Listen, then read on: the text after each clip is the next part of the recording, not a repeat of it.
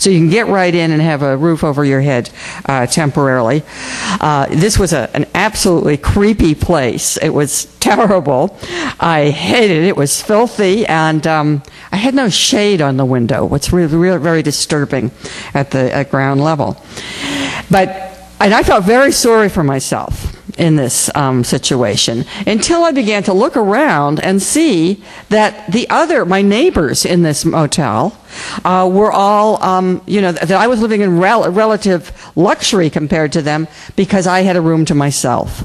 The other rooms were occupied by families, a whole family with children. Now, I tried different things. I tried working 2 jobs at a time and so on. But I had to conclude it was not that easy. For me, it was probably impossible to make ends meet on the wages I could get. And I should stress that I had a lot of advantages compared to many people who are in the low-wage workforce in real life. No small children with me to take care of as well as support.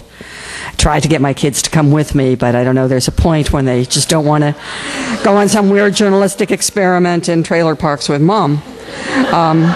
I have no idea how anybody would do this with children, which is the far more typical case. If you just think about the math here, $7 an hour, or let's make it $8, let's make it a little higher. Say you're making $1,200 a month after taxes.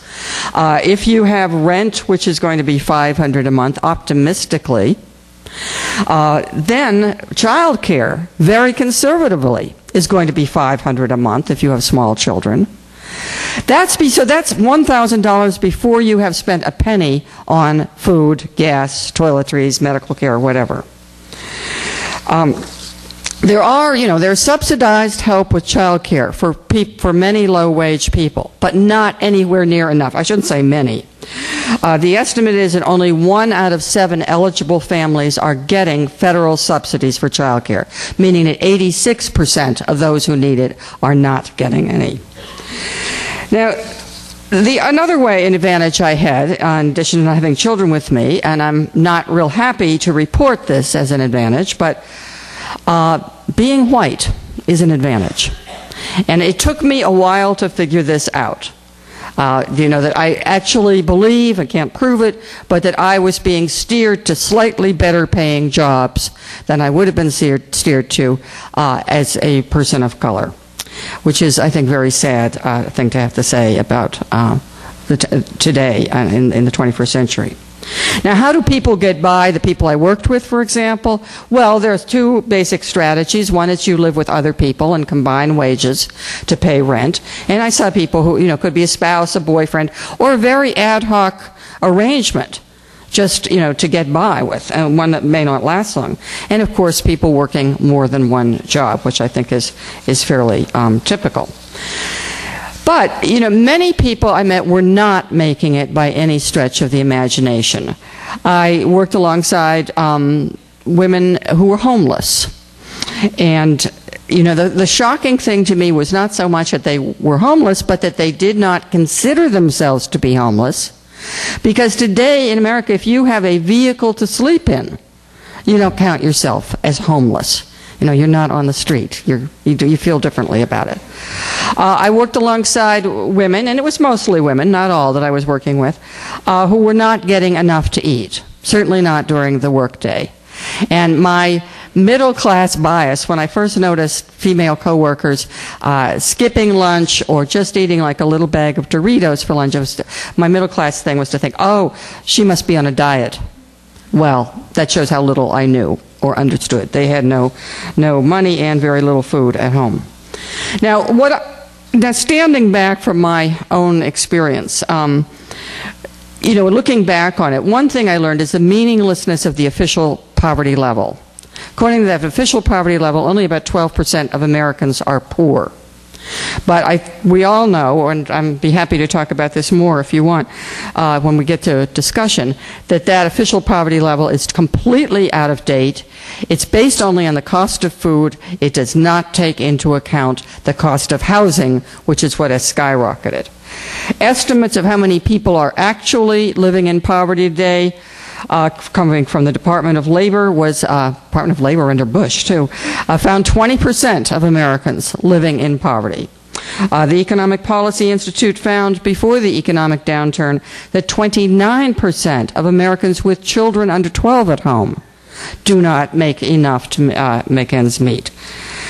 Now, I should also mention, and I'm sorry I left this out of my book, but poverty and economic insecurity are not confined to blue-collar workers. There are plenty of low-paid professionals, and some of them may be in the room: librarians, social workers, school teachers, journalists. But, you know, I think I should mention journalists. Our pay hasn't really gone up per word in 20 years. TV anchors sometimes give people the idea of what a journalist is. I'm sorry, TV anchors are actors. They're not journalists. That's different. So anyway, why dwell on the most miserable people? If we're talking about inequality, we can talk about the other end of the spectrum too. I'm trying to convince my editor, who's actually here in the audience. I've seen her back there. Sarah, stand up. No? There she is. Okay, she just waved. I'm trying to convince her to give me like an 8-figure advance so that I can now go undercover among the rich. Because, you know, I hang out at the charity balls and at the spas. It's, somebody has to do it. It's a sacrifice that has to be made. Because it's just a spectacular difference. And you're going to hear, we're going to be talking about that tomorrow, too. But, you know, and I keep a little record of, you know, people like Jack Welch, a New Yorker, who until sort of a scandal broke about his assets, as a retired CEO of GE, he was earning $366,000 a month. Now, I know New York City is expensive, but so, you know, this combination of enormous wealth at the top and so much poverty among everybody else is something that has not been seen since 1929, really, in this country. We have become an extremely polarized society. And I just mentioned, of course, in the face of this ever greater inequality, what has been the economic policy from the White House? Tax cuts for the wealthy, entirely. Now, you know, the Republicans are saying that there is a connection between the well-being of people at the bottom and the top, and that somehow if you give more money to the rich, they will eventually distribute it or it'll trickle down to the poor. I think there is a connection between the wealth of the few and the poverty of so many, but it's a little different than that. Low wages at the bottom are what make possible that enormous wealth at the top. Take that example of Walmart, where my starting pay was $7 an hour. Four of the richest people in America, according to Forbes magazines, are members of the Walton family. That is, the founders of Walmart. They're getting their money from Walmart. The CEO of Walmart, H. Lee Scott, earns, well, depending on what estimate you go with, about $60 million a year. Contrast that to my pay at Walmart. I've calculated I would have had to work for over 5,000 years to make as much as he makes in 1 year. And the funny thing is, in all that time, I would not have probably gotten a single promotion because they don't like to promote women. Now, but a point I want to make, because this is something that has really struck me since taking these jobs, and leaving them, I should say, is that we are not only an economically polarized society, I think we're a morally polarized society. And, you know, the bias has been, throughout history, I think the affluent like to look down on everybody else and say, well, that's the criminal element, you know, those poorer people or people of color or whoever is different, you know, they're the low lives. I think it's beginning to look very different.